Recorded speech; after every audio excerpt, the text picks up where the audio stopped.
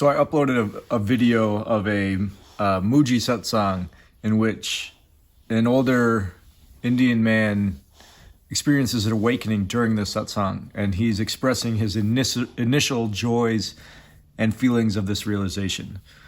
And it's really remarkable. You should really go and watch it.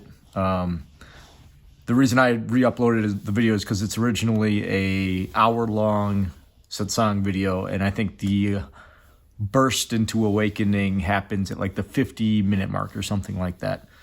But then somebody else commented on the video and said Muji's a fraud. And I'd just like to remind you that all personalities are frauds for the singular unicity of consciousness. So yeah, Muji is a fraud, and so am I, and so are who you think you are, and so is all little iterations of of consciousness. But that's the beauty of it. That's the celebration of the diversity and multiplicity of the singular consciousness that arises as all things. It arises as you and me, arises as these pillows, and arises as my baby doggy. And it's just all a play of consciousness. It's just all love. Really is what it is. It really is just all love. Being for the joy of being. Realization for the joy of realization. And forgetfulness for the joy of forgetfulness. This is just consciousness dogging, or consciousness chrissing, or consciousness just being and playing alive with itself endlessly. This will never end. You can stay asleep as long as you want, and awakeness will always be there for you. I'm not trying to get you or anybody else to awaken. Only if you want it. Only if that's interesting to you. Damn, man. Stanky has little burps.